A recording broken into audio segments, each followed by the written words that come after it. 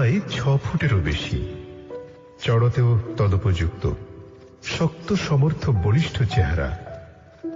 কপালের এক পাশে বিভৎস রকমের একটা দাগ আছে।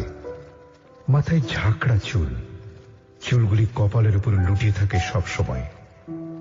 বুনো শুয়োরের মতো কুতকুতে চোখে যার দিকে তাকায় তার বুকের রক্ত হিম হয়ে আসে। ওর নাম লালু মিয়া। হিংস্র জন্তুর চেয়েও মারাত্মক এই মানুষটির ভয়ে অঞ্চলের লোকেরা সদাই তটস্থ। অনেকের ধারণা ভিন গায়ে লালু মিয়ার ডাকাতের দল আছে। সচরাচর কারো ক্ষতি সে করে না, তবে রাগলে কিন্তু রক্ষে নেই। তাই লালু মিয়ার শারীরিক শক্তির সঙ্গে যাদের পরিচয় আছে তারা ওকে ঘাটায় না। একদিন দুপুরবেলা লালু তার ছোট্ট ছেলেটিকে নিয়ে দাওয়ায় শুয়ে ঘুমোচ্ছিল। এমন সময় জমিদারের পাইক এসে হাজির। পাইক বাবাজি লালুকে হাড়ে হাড়ে চেনে। একবার সদরঘাটে দামোদরের জাতে লালু এমন ধাতানি দিয়েছিল ওকে যে সে কথা আজও ভোলেনি সে। অথচ জমিদারের হুকুম লালুকে ধরে নিয়ে যেতেই হবে, তাই সে ভয়ে ভয়ে এসে ডাকল, লালু মিয়া আছো নাকি? ও লালু ভাই। পাইকের ডাকে ঘুম ভাঙল লালুর। সে অত্যন্ত বিরক্তির সঙ্গে পাইককে পত্নীর ভাই সম্বোধন করে মুখিয়ে উঠল, কে রে শালা? বড় কর্তা তোমাকে একবার হুকুম করেছেন গো। তাই নাকি? তোদের বড় কর্তাকে বলবে যে লালু মিয়া কারো বাপের চাকর নয় যে ডাকলেই যাবে। আহ, চড়ছে কেন লালু ভাই? এই তোমার এক দোষ। আমাকে হুকুম করেছেন, আমি হুকুমনামা নিয়ে এসেছি। একবার চলো না ভাই কাছারিতে। লালু ভেঙছে বলল, এই ভর দুপুরে লালু মিয়া যাবে জমিদারের কাছারিতে? আস্পর্ধা তো কম নয়। যা ভাগ এখান থেকে, না হলে আস্ত একটা কাঁচা বাঁশ তোর পিঠে আমি ভাঙব। পাইকার কি করে, ভয়ে কাঁপতে কাঁপতে কোন রকমে পালিয়ে এলো সেখান থেকে। তারপর ফিরে এসে বড় কর্তাকে বলল, ওকে ধরে আনতে পারলাম না হুজুর। বড় কর্তা গম্ভীর ভাবে বললেন, এলো না তাহলে? না হুজুর, মিয়া সাহেব বলে ডাকতেই তেড়ে যেন মারতে এলো। বাবা কি যে তম্বি তার, ওকে ধরে আনা আমার কম্য নয়। একটু বুঝিয়ে সুঝিয়ে বলেছিলি? হ্যাঁ কর্তা। বড় কর্তা আরো একটু গম্ভীর হয়ে কি যেন ভাবতে লাগলেন। গায়ে 16 আনার সকলেই মান্য করেন বড় কর্তাকে। একে রাশভারী লোক, তাই জমিদার।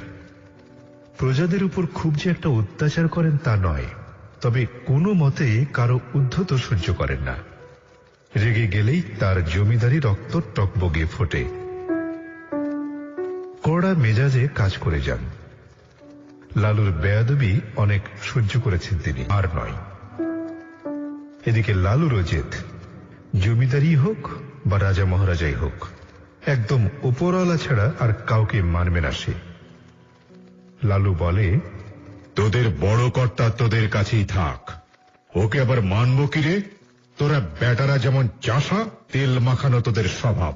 তেল মাখাকে যা, আমার কাছে বড় কর্তা দেখাতে আসিস না, বুঝলি? যত সব। পাইকের মুখে সব শুনে তাই মনে মনে ক্ষেপে বোম হয়ে উঠলেন বড় কর্তা। বর্ধমানের এই ছোট্ট গ্রামখানির জমিদার তিনি।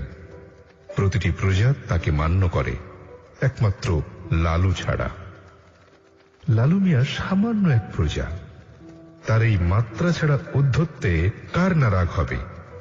তাই নিষ্ফল আক্রোশে অনেকটা স্বগতোক্তির মতোই তিনি বললেন, ওর ব্যবস্থা আমি করছি। সন্ধ্যের সময় বড় কর্তা কয়েকজন সাঙ্গপাঙ্গ নিয়ে মজলিসে বসেছিলেন। এই সময়টাই একটু জোর আড্ডা হয়। গ্রামের বিশিষ্ট কয়েকজন তোষামোদের লোক বসে বসে তার চাটুকারি করে মন জোগায়। কোনদিন গান বাজনাও হয়। আজকের মজলিসটা অবশ্য অন্য ধরনের হচ্ছিল। বিষয় লালু মিয়া। লালু মিয়া কারো ক্ষতি না করলেও তার হাতে দু একটা চড় থাপ্পড় খায়নি এমন লোক এ গায়ে খুব কমই আছে। কাজেই লালুর বেপরোয়া স্বভাবের জন্য অনেক দুষ্ট লোকেরই রাগ ছিল তার উপর। কুচক্রী সুদখোর ও মহাজনরা তো প্রায়ই হেনস্থা ভোগ করত লালুর হাতে। সেই সব অভিযোগ শুনতে শুনতেও বড় তার মন বিষিয়েছিল লালুর উপর। যাই হোক, লালু মিয়াকে নিয়ে আলোচনা যখন তুঙ্গে, তেমন সময় হঠাৎই অপ্রত্যাশিতভাবে লালু মিয়ার আবির্ভাব হলো সেখানে। লালু এসে বুক ফুলিয়ে কোমরে হাত দিয়ে দাঁড়ালো সকলের সামনে। অন্যান্য প্রজারা এসে নমস্কার করে সসম্ভ্রমে ভয়ে ভয়ে কথা বলে। লালু কিন্তু ওসবের ধার ধারে না। বেশ রাগত গলায় বলল, অমন দিন দুপুরে আমাকে ডাকতে পাঠিয়েছিলেন কেন? জানেন না সে সময় মানুষ একটু বিশ্রাম করে? বড় কর্তা লালুর আপাদমস্তক একবার নিরীক্ষণ করে বললেন, গলার স্বরটা একটু নামিয়ে আর মাথাটা অল্প হেড করে কথা বলো। মনে রেখো, তুমি হলে আমার সামান্য একজন প্রজা, আর আমি হলাম এই গায়ের জমিদার। তাতে কি হয়েছে? সেই গরমে আপনি যখন তখন ডাকবেন আর আমাকে ভয়ে ভয়ে ছুটে আসতে হবে নাকি? সবাই তো তাই আসে। সবার কথা ছেড়ে দিন। আমার নাম লালু মিয়া। আমি রাজা উজিরও মানি না, জমিদারের পরোয়া করি না। মাথার ঘাম পায়ে ফেলে পেটের ভাত জোটাই। ধামাই করে কেউ আমার ঘরে ক্ষুধার খাদ্য ধরে দিয়ে যায় না। অতএব এত অধ্যত্ত তোমার? এতে উদ্ধত্তের কি দেখলেন? থাক, ওইসব বাজে কথা রেখে এখন বলুন, কেন ডেকেছেন? তুমি বছরের পর বছর খাজনা দিচ্ছ না, তাই ডেকেছি। খাজনা? কিসের খাজনা? জমির খাজনা। আমার গ্রামে বাস করছো, জমি চাষে ফসল ফলাচ্ছ, তার খাজনা। খাজনা আমি দেব না, বুঝেছেন? লালু মিয়ার কোনো খাজনা নেই। তার খাজনা খোদাতালার কাছে, জমিদারের কাছে নয়। দুনিয়ার মাটি খোদার দান, খোদার সম্পত্তি সবার সম্পত্তি। কাজে খোদার সম্পত্তির কোনো জমিদার নেই, খাজনাও নেই। বড় কর্তার সমস্ত মুখখানি রাগে লাল হয়ে উঠল, কুটিলতায় ভরে উঠল যেন। প্রচন্ড ধমকের সুরে দাবড়ে উঠলেন, লালু মিয়া!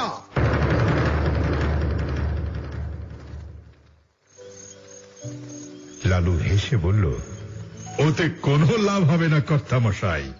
যতই চেঁচান, খাজনা আমি দিচ্ছি না। বড় কর্তা সিংহনাদ করে উঠলেন, এই, কে আছিস? সঙ্গে সঙ্গে আশপাশ থেকে জনকয়েক শক্তিমান লোক অতর্কিতে ঘিরে ফেলল লালু মিয়াকে। বের ফেল বেটাকে, চাপকে ওর পিঠের চামড়া আমি ছাড়িয়ে নেব। আমার চাবুকটা গেল কোথায়? বলেই দেওয়ালের হুকে ঝোলানো শঙ্কর মাছের চাবুকটা পেড়ে আনলেন বড় কর্তা। এই অতর্কিত আক্রমণের জন্য লালু একটু প্রস্তুত ছিল না। তাকে লেঠেল দিয়ে আটক করিয়ে বেঁধে ফেলার ব্যবস্থা হয়েছে জানলে আসতই না সে। তবুও লালু মিয়া বোধহয় আসরিক শক্তির অধীশ্বর ছিল। তাই হাহা করে একবার ঘর ফাটিয়ে হেসে উঠেই সহসা 3 হাত লাফিয়ে দাপটের সঙ্গে দুজনের পেটে প্রবল বেগে 2 পায়ে লাথি মেরে এবং 2 বাহুর প্রচন্ড ঘূর্ণিতে নিজেকে ছিনিয়ে নিয়ে নিমেষে উধাও হয়ে গেল উল্কার মতো।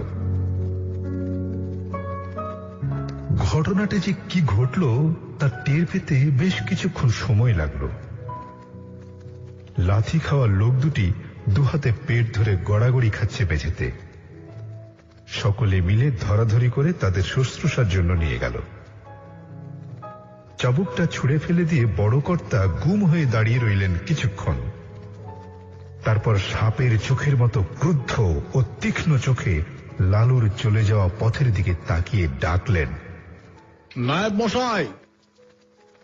শয়তান নায়েব শশব্যস্ত হয়ে আদেশ প্রার্থনা করলেন, বলুন হুজুর। আমার সমস্ত লেঠাদের গোপনে তৈরি হতে বলুন। লালু মিয়া খেপে গেছে, নিশ্চয়ই একটা ভয়ানক কাণ্ড কিছু করে বসবে সে।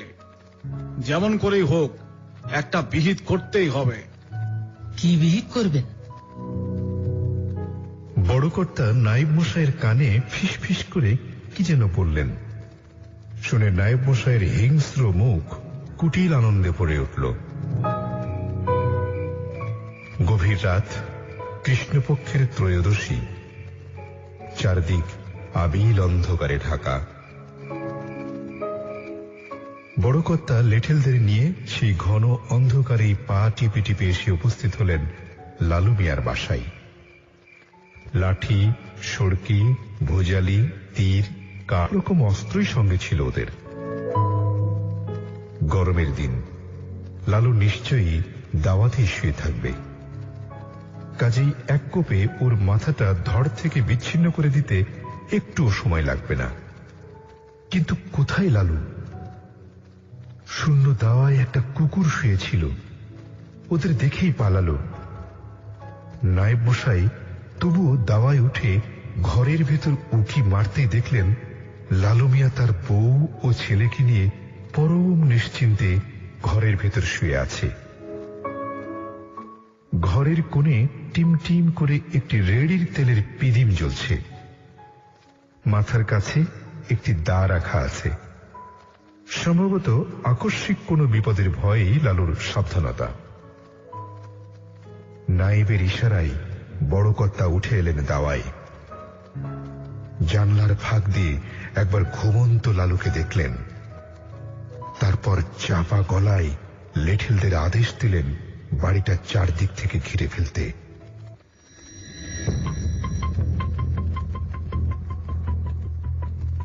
একজনকে তীর কাড় নিয়ে এগিয়ে আসতে বললেন। নিজে সরে এলেন জানলার ধার থেকে।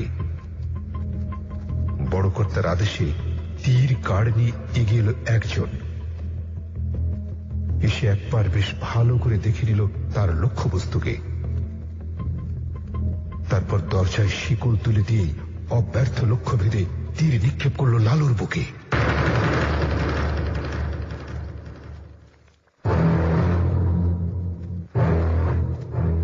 যন্ত্রণায় আর্তনাদ করে উঠল লালু। ওর বউ এবং ছেলেটিও ঘুম ভেঙে জেগে উঠল।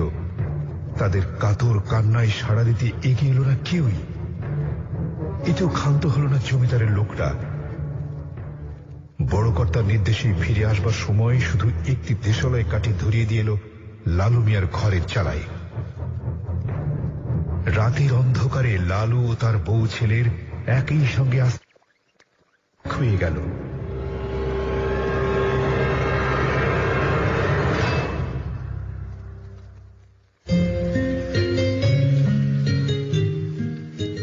বড় কর্তার একমাত্র ছেলে বিমল কলকাতায় হোস্টেলে থেকে পড়াশোনা করত। ছেলে বড় হয়েছে, তার বিয়ে দিয়ে তাকে সংসারী করে জমিদারিতে বসাবেন মনে করে বড় কর্তা চিঠি পাঠালেন ছেলের কাছে।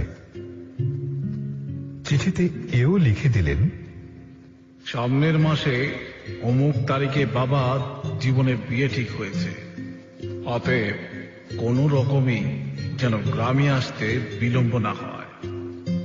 বিমল চিঠি পেয়ে খুবই আনন্দিত হল। পত্রপাঠ কলেজে মাসখানেকের ছুটি নিয়ে দেশে ফিরল সে।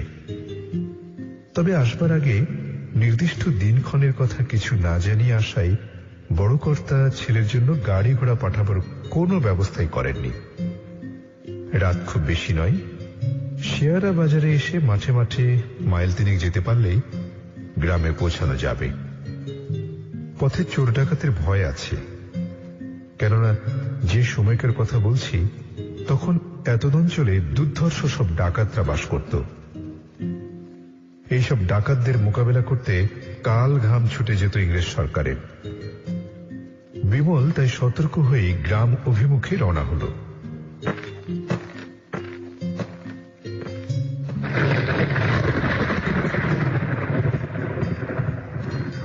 আকাশ জুড়ে মেঘ করেছে, একটু পরেই বৃষ্টি নামবে হয়তো। তা নামুক, ভালোই ভালোই বাড়ি বুঝতে পারলেই হয়। বিমলের হাতে টর্চ ছিল, তবু সে পাছে চোর ডাকাতের হাতে পড়ে এই ভয়ে টর্চ জ্বালল না। বিমল নিজেও খুব শক্তিমান ছিল, তাই সে সাহস করে খুব সতর্কতার সঙ্গে অন্ধকারে সাবধানে পথ চলতে লাগল। আকাশে বর্ষার মেঘ ঘন হচ্ছিল অনেকক্ষণ থেকেই। বিমল কিছুটা পথ আসার পরই সেই মেঘের পরিণতি দেখতে পেল।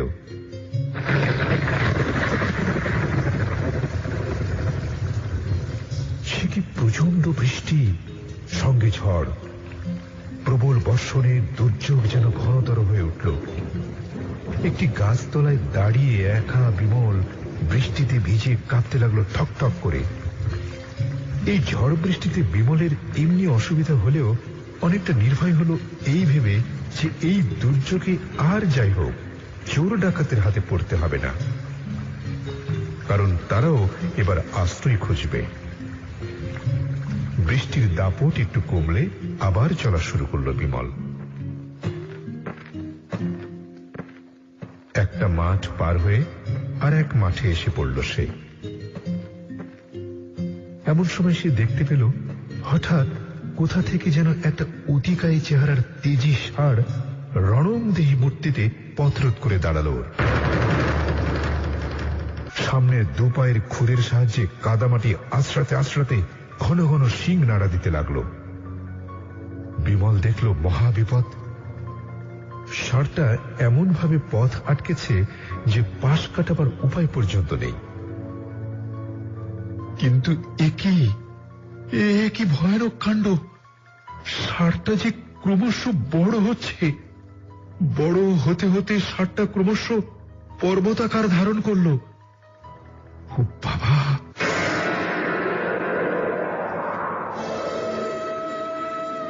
বিমল জমিদারের ছেলে, ভালো খেয়ে মেখে নিয়মিত ব্যায়াম করে সেও কম বলিষ্ঠ ছিল না, কিন্তু এই অলৌকিক দৃশ্যে তাই রীতিমতো ভীত হয়েও সে ভাব চেপে রেখে সে বলল, কে তুমি?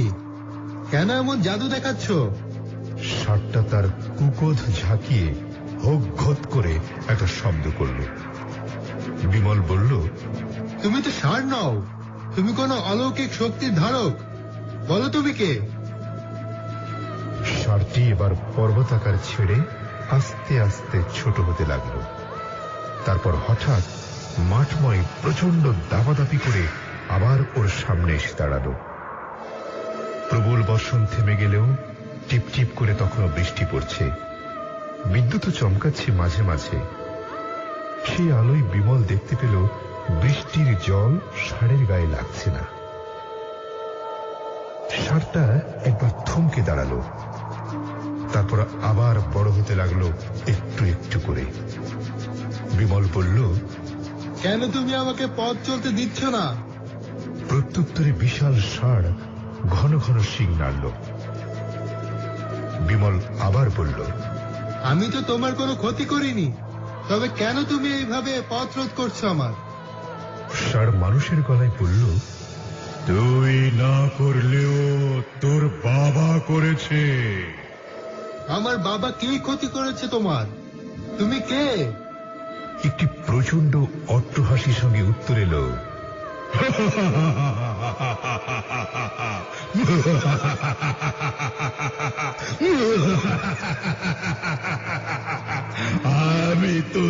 আমি তোর জম, আমার নাম লালু মিয়া। চমকে উঠল বিমল। লালু মিয়া? পত্র মারফত সে জেনেছিল লালুর মৃত্যুর খবর, কিন্তু কি, কেন এবং কিভাবে তাকে মেরেছিল তা সে জানত না।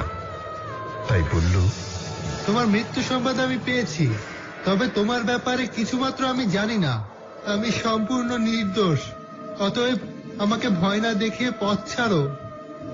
আমি তো তোকে ভয় দেখাতে আসিনি রে নির্বোধ, তোকে মারতে এসেছি। আমি প্রতিশোধ নিতে চাই, প্রতিশোধ প্রতিশোধ প্রতিশোধ। তোর অপরাধ, তুই ওই নিষ্ঠুর জমিদারের ছেলে। তোর বাবা নৃশংসভাবে কাপুরুষের মতো হত্যা করেছে আমাকে। শুধু আমাকে নয়, আমার নিরপরাধ বউ, আমার বড় আদরের সন্তান হাসানকেও রেহাই দেয়নি সে। আমার বুকের মানিক আমার চোখের সামনে ঝলসে গেল। রাতের অন্ধকারে আমার সুখের ঘরে আগুন দিয়ে সবাইকে পুড়িয়ে মারল তোর বাবা। ওই দেখ এই আগুন, এই আগুনে তোকেও পুড়িয়ে মারবো বলে আমি বড় আশায় দিন গুনছিলাম।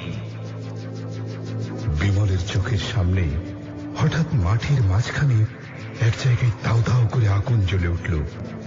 সেই আগুনে একটা কুড়ে ঘর পুড়ছে। আর ঘরের মধ্যে প্রাণান্ত চিৎকার করে অগ্নিদগ্ধ হচ্ছে 3টি মানুষ। কি ভয়ঙ্কর সেই দৃশ্য! মানুষগুলো বাঁচবার জন্য আপ্রাণ চেষ্টা করছে, কিন্তু পারছে না। একটি পুরুষ, একটি নারী ও একটি শিশু দগ্ধ হচ্ছে সেই আগুনে। বিমল জ্ঞান হারালো। একটু পরেই আবার জোর বৃষ্টি নামলো। সেই বৃষ্টির জল চোখে মুখে যেতেই সম্বিত ফিরে পেয়ে আবার উঠে বসল বিমল। চারদিক সেই ঘন অন্ধকারেই ঢাকা। একটু আগের দেখা ঘটনার দৃশ্যটা ওর দুঃস্বপ্ন বলেই মনে হলো। আবার পূর্ণ উদ্যমে এগিয়ে চলল সে গ্রামের দিকে। এই মাঠ পেরোলে আর একটি মাঠ, তারপর ওদের গ্রাম। কিন্তু না, কিছু পথ যাওয়ার পর আবার সেই ভয়ঙ্কর ষাঁড় এসে পথরোধ করে দাঁড়ালো ওর। রক্ত চক্ষুতে বলল, যাবি কোথায় বাছাধন? মৃত্যুর জন্য তৈরি হ। বিমল বলল, বেশ হলাম। তবে একটা কথা, তুমি বলছো আমার বাবা তোমাকে এবং তোমার বউ ছেলেকে কাপুরুষের মতো হত্যা করেছে, কিন্তু তুমি নিজেও কি আজ সেই কাজ করছো না? না, আমি তো অতর্কিত আক্রমণে হত্যা করতে চাইছি না।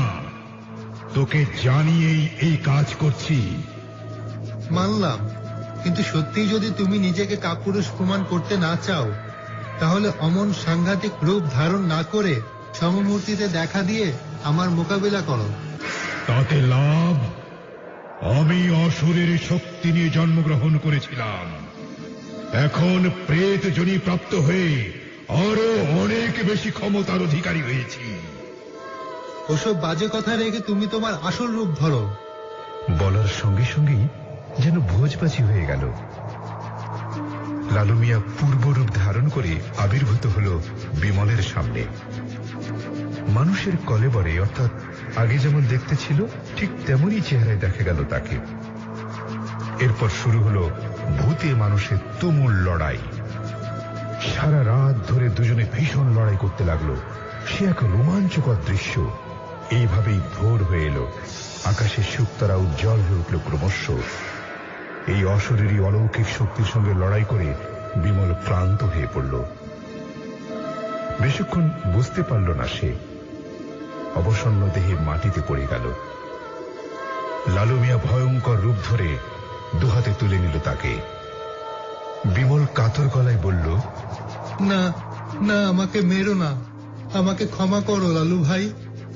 লালু মিয়া বলল, অনেক আগেই তোকে শেষ করে দিতাম, শুধুমাত্র তোকে আমি তিল তিল করে মারব প্রতিজ্ঞা করেছিলাম বলে লড়াই করার ছলে অনেকক্ষণ বেঁচে থাকবার সুযোগ করে দিয়েছিলাম। এখন ভোর হয়ে আসছে, দিনের আলো ফুটে উঠলে আমার শক্তি আর কাজ করবে না, তাই তোকে শেষ করেই আমি বিদায় নেব এবার। একথা বলে বিমলের বুক চিরে চো চো করে ওর সমস্ত রক্তটুকু শুষে নিয়ে ওকে ওর বাড়ির দেউড়িতে শুয়ে দিয়ে এলো। সকালবেলা চাকর ও দারোয়ানের চিৎকারে ছুটে এলো সবাই। বড় কর্তা বিমলের মা ছেলেকে বুকে নিয়ে হাউমাউ করে কেঁদে উঠলেন। গ্রামের লোকজনও ছুটে এলো। রক্তাক্ত ও কর্দমাক্ত বিমলের চোখে মুখে জল দিয়ে পাখার বাতাস করতে লাগলো সকলে। কেউ ভেবেই পেল না বিমলের এই রকম দশা কি করে হলো। একটু পরে জ্ঞান ফিরল বিমলের। তবে কিনা ওর প্রাণবায়ু শেষ হয়ে আসছে তখন। তবু অতি কষ্টে গত রাতের ঘটনাটা সকলকে বলে মা বাবার পায়ের ধুলো মাথায় নিয়ে চিরনিদ্রায় ঢলে পড়ল সে। সারা বাড়িতে কান্নার রোল উঠল। বিমলের মৃত্যুর সঙ্গে সঙ্গে নিভে গেল এই বংশের শেষ প্রদীপটি। এই গল্পের এখানেই শেষ। ঘটনাকাল পুরনো যে মাঠে লালু মিয়ার সঙ্গে বিমলের ওই রোমহর্ষক ব্যাপারটি ঘটেছিল, সেই মাঠকে আর লোকেরা লালু মিয়ার মাঠ বলে। অনেকে বলে কালো মতো একটা ষাঁড় নাকি এখনো মাঝে মধ্যে গভীর রাতে ওই মাঠের মাটিতে ধুলোর ঝড় উড়িয়ে উন্মাদের মতো ছুটোছুটি করে। তাই হাজার কাজ থাকলেও রাত ভিতে ওই মাঠের ধারে কাছে যায় না কেউ। ভৌতিক 90.8